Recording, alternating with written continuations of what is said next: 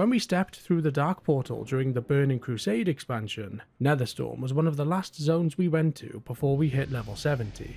It's a bunch of floating rocks that's home to an awesome goblin town and one of Warcraft's most famous raids. But there's a story underneath this zone that the game never really tells you. Long before the orcs, long before Kael'thas, long before any of it, there was an island here. An island that none of us have been to. Farahlon. If you haven't heard of it, that's because Blizzard deleted it. But its story and the real history of what this place was and what happened to it is out there. This is the lost history of Netherstorm and Farahlon, the deleted zone that we never got to play. The history behind Netherstorm begins in the primordial era of Draenor, with a zone that kind of doesn't really exist, the island of Farahlon. To understand its mysterious origin, we have to go back to a time when the planet was being choked by a thing called the Evergrowth, a massive hive-minded plant entity that was slowly eating the world alive. To stop this from happening, the Titan Agromar spawned in the stone giant Grond to clear the overgrowth, but the plant life fought back by evolving into 3 walking entities known as spore mounds, and soon after Draenor had been engulfed in total war. Grond managed to smash the first 2 spore mounds into pieces, but the third, called Botan, had a trick up its sleeve. It absorbed the life essence of its fallen siblings. Botan then grew to such a massive size that it finally brought the stone giant down. But this war didn't end there. Grond's remains gave rise to the Colossals, who then spent the next few thousand years trying to finish their creator's mission until they finally obliterated Botan. When Botan exploded, fragments of its body were sent flying across the world. The largest chunk landed in the sea just off the coast of Gorgrond, and because Botan was essentially a concentrated ball of life energy, a vibrant island of dense jungles and thick forests erupted from the ocean, exactly where the body landed. This island became known as Farahlon.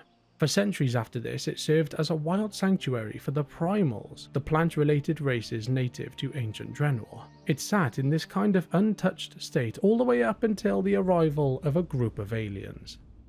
The story of this mysterious island picks back up with the arrival of the Draenei. In our video on the history of Nagrand, we've already covered the story behind the dramatic crash landing of the Exodar, the Naaru vessel that helped the Draenei escape the wrath of the demon lord Kil'jaeden. If you want more detail, you can find that video linked in either the description or in the pinned comment. But once the Draenei had fallen from the stars, it didn't take long for them to begin marking their territory across this planet. Within just 20 years of arriving, the towers of Shattrath city were rising, the Temple of Karabor had been established, and their scouts were reaching into every corner of this strange new world. All of this happened while they maintained a delicate peace with the native orcs. At this point in time, the orcs had already defeated most of the planet's natural predators, and they were well on their way to becoming the most dominant civilization on Draenor. Given their advanced technology and natural curiosity, it was only a matter of time before the Draenei sent voyages out to this mysterious island of Farahlon.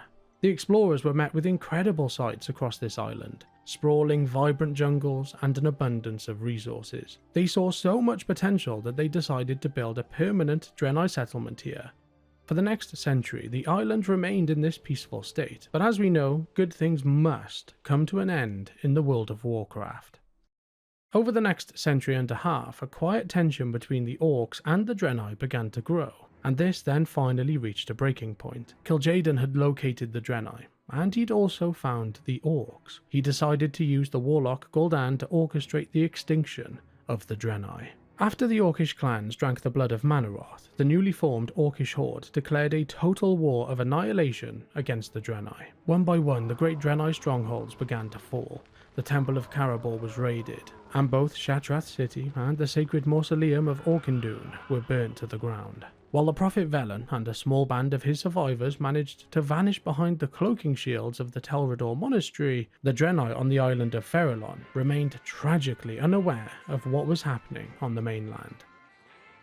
The Orc warchief at the time, Warchief Blackhand, specifically assigned the conquest of Farahlon to the Bleeding Hollow clan.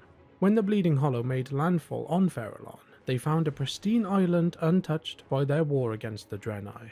Orcish warlocks then began leeching the life essence from the native primal races and using that stolen energy to set the ancient forests on fire.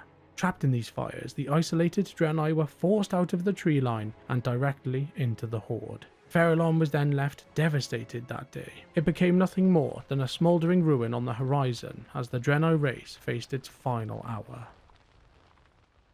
Once the Orcs had finished their campaign against the Draenei on the mainland, their focus then shifted towards the first opening of the Dark Portal and the subsequent invasion of Azeroth. When the Alliance eventually pushed the Horde back through the Dark Portal, they realised they would have to launch a preemptive strike to prevent a second invasion of Azeroth. This task was given to the Alliance Expedition, the formal name for the Sons of Lothar.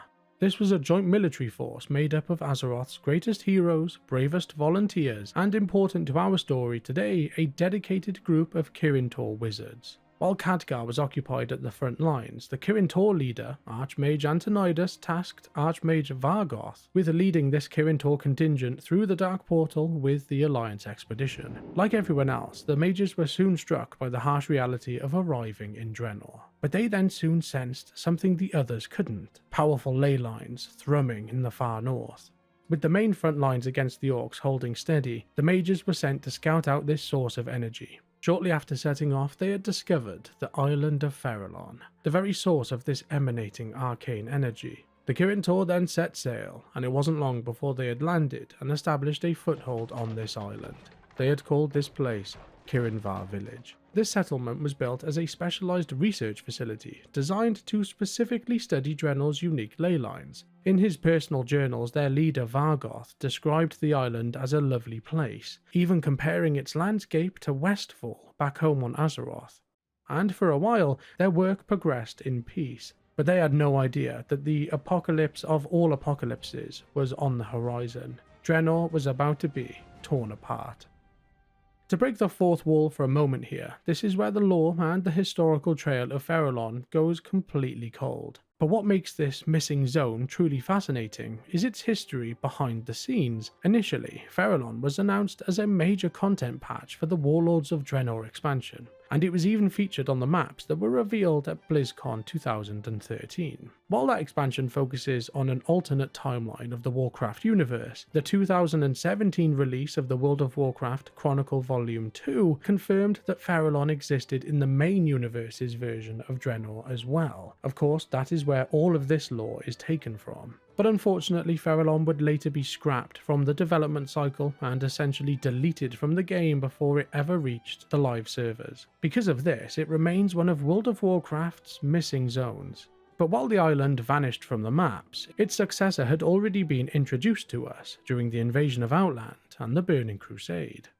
Most of us already know the story behind the destruction of Draenor. The too long didn't read version is that Ner'zhul used a powerful spell to open dimensional gateways to other worlds. The sheer energy from that spell essentially tore the planet apart, throwing the remains of Draenor across the universe towards the astral plane of the twisting nether. The world of Draenor was completely destroyed, leaving the land masses as fragments drifting in the emptiness of space. Farahlon was one of the most heavily affected areas. It was split into 7 different fragments that were left drifting on the edge of what remained of Gorgrond. Farahlon became the Netherstorm, a shattered landscape of floating rocks and crackling energy. The sky above the fragments consists of violet mists with magical lightning and massive bands of raw energy warping themselves across the sky. The zone had become a total chaotic mess. But a cleanup crew were on the way.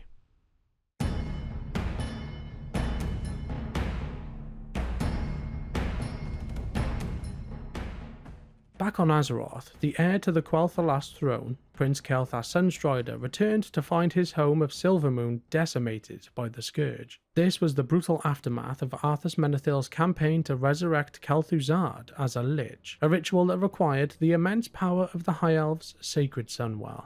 Kael'thas's father, King Anastarion, had been killed by Arthas, and the Sunwell itself had been corrupted by the Dark Ceremony. Fearing that the corrupted well of energy would consume the rest of the survivors, the prince rallied a group of volunteers and destroyed the Sunwell. It was a desperate move that saved his people from the dark energies, but it left the entire High Elven race in a state of magical withdrawal. In honour of their fallen, Kael'thas renamed his surviving people to the Blood Elves and set off on a new quest. His mission from that moment on was simple: find a fresh source of power to restore Kael'thas and its people to its former glory. Driven by both grief and anger, Kael'thas and his loyalists then left the city and joined the remnants of the Alliance to push back the Scourge across the rest of Lordaeron. You elves are here to serve the Alliance, thus you will obey my commands to the letter. Is that clear? But to make this more difficult than it needed to be, they were met with blatant discrimination from Grand Marshal Garithos, who repeatedly used the Blood Elves as cannon fodder on impossible missions. One day they were cornered by the Scourge outside of Dalaran. Kael'thas had to do a timely deal with Lady Vash and her Naga to defeat the Scourge. At the time, Lady Vash was acting under the command of Illidan Stormrage, the banished demon hunter betrayer who had fled Azeroth. My master Illidan awaits us on the other side of that portal. Lead your people to him, and he will forge you a new destiny. He will sate your people's burning hunger. Garithos then used this event as an excuse to arrest and sentence the Blood Elves to death. But soon after, Lady Vash staged a daring prison break, freed the elves and led Kael'thas and his people through an interdimensional portal and onto the shattered remains of Outland. Illidan explained he had fled to Outland to hide from Kil'jaeden, only to find the planet overrun by Magtheridon's fell horde and the Burning Legion. When Kael'thas asked for a cure for the Blood Elves' addiction, Illidan admitted there was no such thing. Can you help us, Lord Illidan? Can you cure us? There is no cure, young one. But there are ways to feed the hunger. Follow me and I will grant your people more magic than they can imagine. Driven by his people's survival, Kael'thas swore his allegiance to Illidan Stormrage. Kael'thas would then go on to serve as Illidan's right-hand elf, helping him to close various gateways being used by the Burning Legion to flood Outland. After defeating and enslaving the Legion's local commander Magtheridon, Kil'jaeden appeared and gave Illidan one final chance at redemption. He was ordered to destroy the Lich King and the Frozen Throne or face eternal wrath. During the campaign against the Frozen Throne, the Blood Elf Prince confronted Arthas directly. Then, following on from Illidan's defeat in his duel against Arthas, Kael'thas and Lady Vash recovered their injured leader and fled back to Outland. Sometime later, while the Illidari forces consolidated their hold over Outland, Lady Vash was sent to Zangarmarsh, and Kael'thas took his forces north towards the Netherstorm. Officially, he was sent to close a Legion gateway in the north, but in reality, the prince had his own secret ambitions. Kael'thas arrived in the Netherstorm with a clear mission, to find a permanent cure for his people's magical addiction. But this is where Kael'thas' story takes a much darker turn. Under Illidan's mentorship, the prince learned to feed directly on fell energies, a practice that began cautiously but soon spiraled into a hopeless personal addiction. And this reliance on dark magic soon twisted his mind. He became gripped by paranoia and the secret conviction that his people viewed him as a failure. His personality fractured into a chaotic mess, swinging between the kind-hearted leader his people remembered him for and a suspicious, unpredictable tyrant. Despite his focus on Outland though, he remained devoted to the people left behind on Azeroth. To aid those still in Kael'thas, he dispatched Grand Magister Romath and a group of magisters to reclaim their land and teach Illidan's new techniques for siphoning magical essence from the environment to satisfy their hunger. As time passed, Kael'thas began to realise that he and the Blood Elves were merely being used by Illidan. It became obvious that Illidan was indifferent to their suffering, and only really viewed them as an army to fuel his personal crusade against the Legion. This realization hit the prince pretty hard, and it led him to seriously question if Illidan was truly the saviour he had promised to be. Out in the stars, Kil'jaeden sensed this growing instability, and identified Kael'thas as the perfect recruit for the Legion's next mission, another invasion of Azeroth via the Sunwell.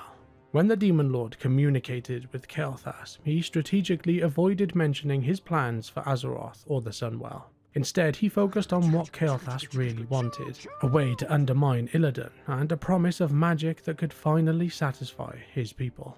Kil'jaeden tempted him with the kind of next level of fell magic, and asking for only one thing in return, that the prince abandoned Illidan. Though Kael'thas initially refused, the offer began to fester in his twisted mind, slowly eroding away at that last little bit of trust he had for the Lord of Outland.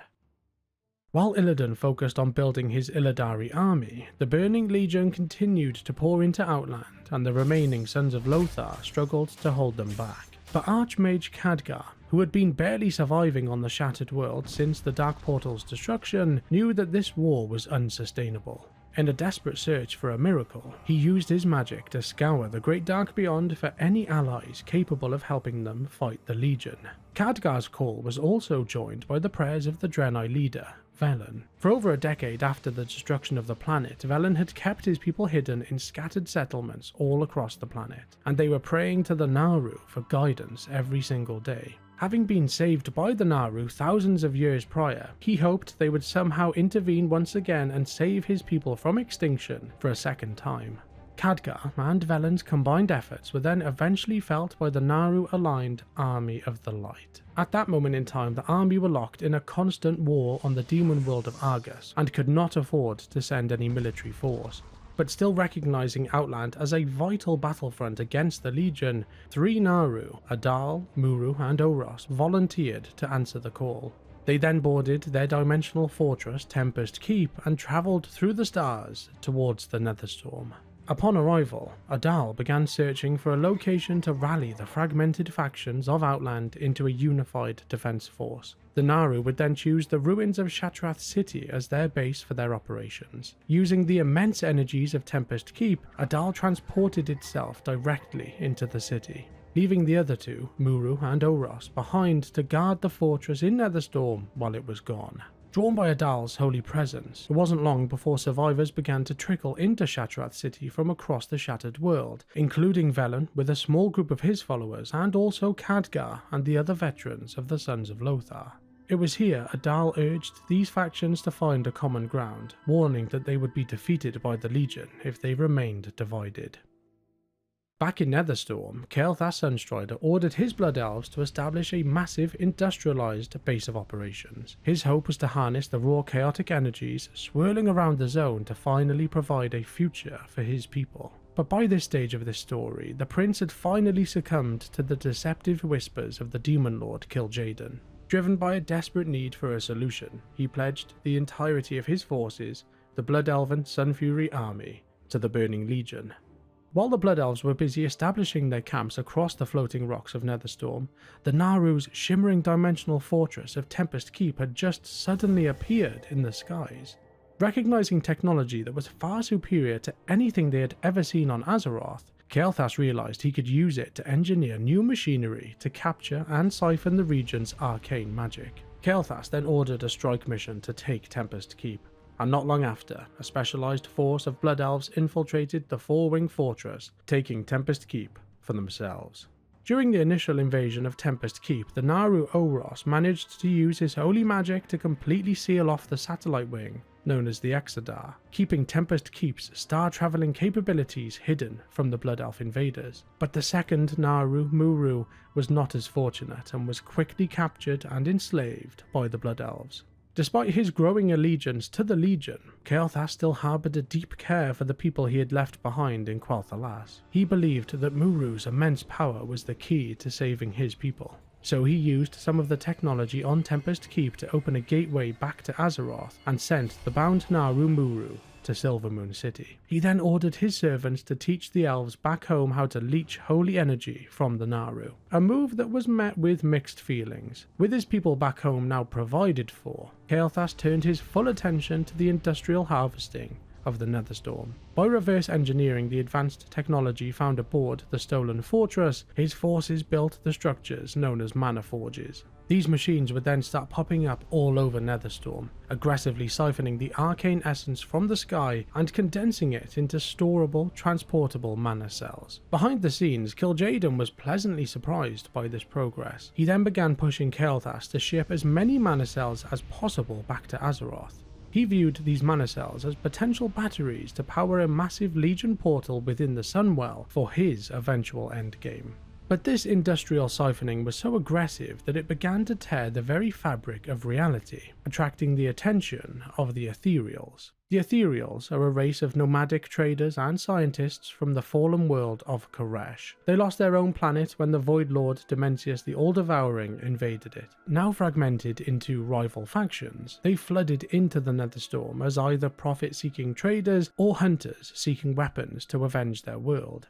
The Ethereals of the Consortium brought their own atmosphere with them, establishing 2 massive ecodomes across the Netherstorm. These localized force fields provide a life-sustaining environment, creating stable pockets of order in the chaos of Netherstorm. But the overall industrialization of the zone brought further devastation when the Blood Elves discovered the Kirin'Var village. Though the town was a mere shadow of the settlement built back on Farahlon, it was still inhabited by Kirin'Tor mages who had somehow survived the planet's destruction.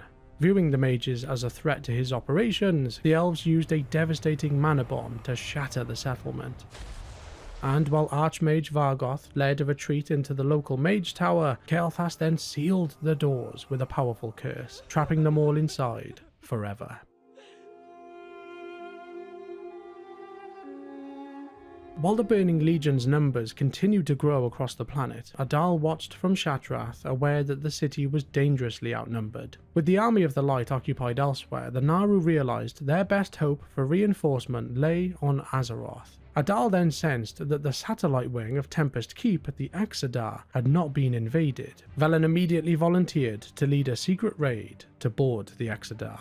Valen's team then stormed the fortress, and while the Blood Elves scrambled to defend the mainframe, the Draenei reached Oros and triggered the ship to break away in a massive explosion of magic. The Exodar blasted into space towards Azeroth. Eventually, it then crash-landed onto Azure-Mist Isle in northern Kalimdor. Not long after, the survivors were then soon welcomed into the Alliance by the investigating Night Elves. At the same time, the Blood Elves left on Azeroth had completely lost faith in Prince Kael'thas. Rumours of his insanity had started to spread, and it wasn't long before they declared Kael'thas and his Sun Fury army as enemies to their state. Those Blood Elves would then go on to officially join the Horde, hoping that that allegiance would help the Blood Elf people.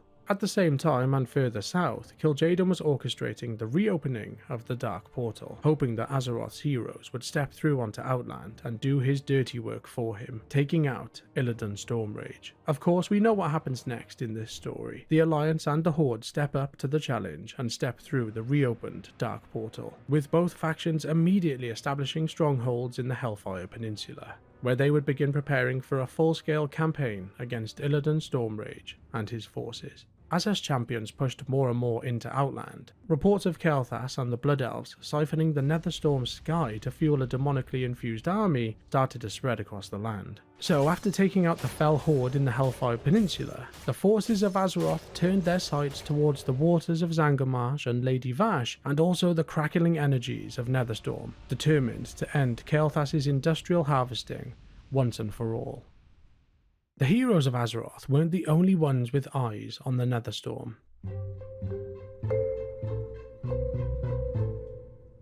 A specialized group of goblins had actually beaten everyone to the punch. They were operating under a group called Boom, the brain trust of orbital operations and mechanics. From their recently built outpost of Area 52, they were constructing the X-52 Nether rocket. Their goal was as goblin as it gets: blast off into the sky and explore the twisting nether for untapped technology and of course new business opportunities. Though they would go on to hire us to secure parts and volatile fuel, the rocket never actually left the ground. Area 52 also served as our initial outpost when we arrived. But the real work in the zone wasn't anything to do with nether rockets. It started with the mana forges. It was here that our investigations revealed the grim truth to us. Kael'thas had surrendered his army to the Burning Legion.